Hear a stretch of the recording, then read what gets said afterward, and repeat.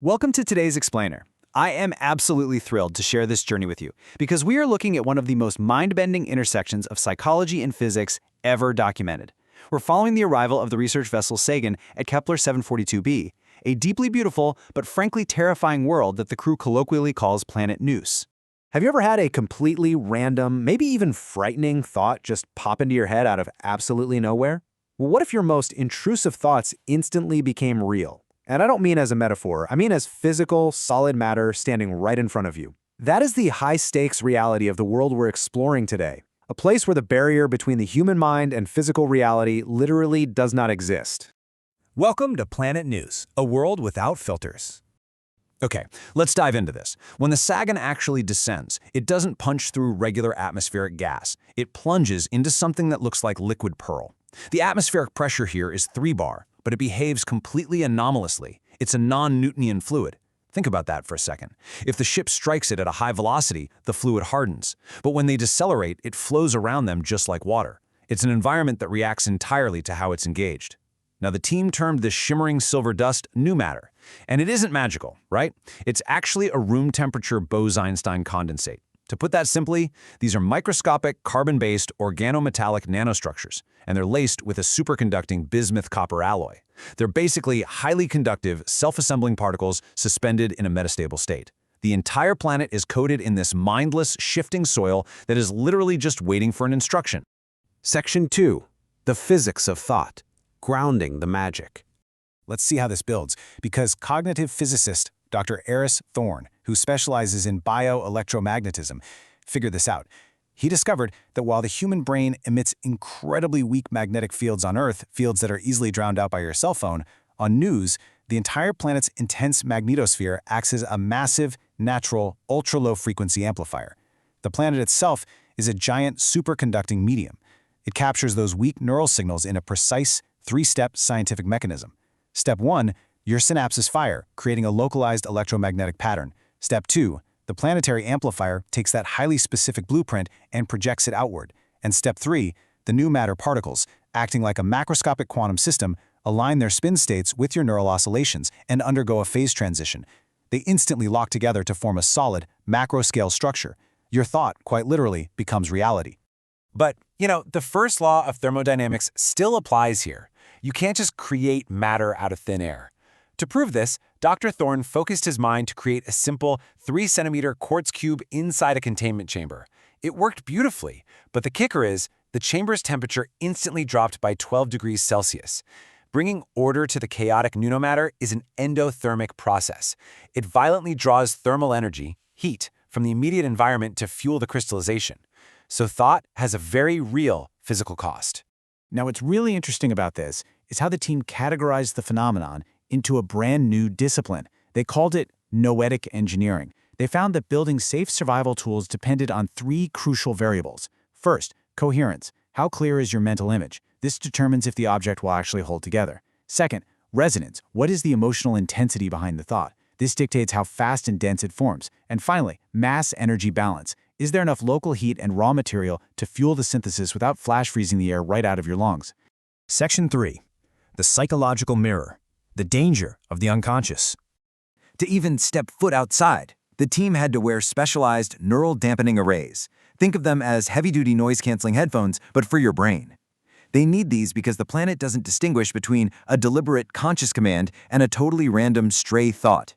Conscious commands are slow, structured, and durable. But intrusive thoughts, especially those fueled by trauma, they are fast, incredibly dense, unstable, and violently endothermic. We see this firsthand when geologist Sarah Chin briefly remembers an old oak tree from her childhood. In a matter of seconds, the ground bubbles, and this grotesque, rapid-onset structure of crystalline carbon and iron ore shoots up. Because the memory was just a fleeting, incomplete thought, the razor-sharp tree collapsed under its own weight and exploded into a brace of glass. Section 4. Surviving the subconscious. A systemic failure. So the team ventures into a massive subterranean cavern. Down here, the no matter is so dense it behaves like a supercritical fluid, and the magnetic fields are 10 times stronger than on the surface. Their dampeners are practically at saturation point. The environment starts pulsing with their collective anxiety. Things escalate in seconds. A small, pressurized gas pocket explodes nearby. For Security Officer James Park, that sound is a trigger.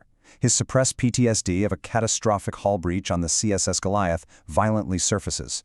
His brainwaves spike into high-amplitude gamma oscillations, completely overloading his saturated dampener. Instantly, the cavern responds. The ambient heat is violently sucked out as the supercritical no matter condenses at a terrifying rate. It synthesizes a hostile entity born purely from Park's panic. The manifestation of his trauma is this grotesque, 3-meter-tall nightmare. It's a shifting mass of razor-sharp shrapnel. It features cold, gray silicon that mimics vacuum-exposed flesh, and it has this hollow void in its chest, whistling with the terrible sound of escaping air. And worst of all, when Park opens fire on it with his kinetic rifle, the bullets don't pierce it. Because his mind implicitly believes the monster is indestructible, the new matter makes it indestructible. Fighting it only feeds the closed-loop system, weaponizing the environment even further. Section 5. The resonance of stillness. The ultimate human test. So, the crucial point is, you cannot fight the mirror. Dr. Thorne realizes that any kinetic action, any struggle at all, just provides the informational structure for their own destruction.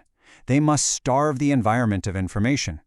Aris orders the team to drop their weapons and achieve complete mental stillness, akin to the ancient practice of Zazen meditation. He takes off his dampener. He fully exposes his mind to the roaring static of the planet. Surrounded by a mechanical screeching monster about to kill his crewmate, he focuses on his breath. He visualizes himself as a stone in a fast-flowing river. Slowly, deliberately, he drives his brain activity down. From the frantic 30 Hz of beta panic, down through the 12 Hz of alpha concentration, deep into the 4 Hz of a theta state, a state of profound neurological integration and absolute safety. He projects this total stillness into the planet's amplifier. And the fundamental laws of physics take over. The system naturally seeks its lowest energy state. Deprived of the high-frequency neural energy of the team's panic, the entity simply cannot sustain its complex, high-entropy structure. The razor-sharp shrapnel softens, the hollow void collapses, the terrifying monster dissolves from the top down into liquid silver, flowing like warm rain over Park's suit, and merging completely harmlessly back into the basalt floor. Section 6. The Noetic legacy. Are we ready?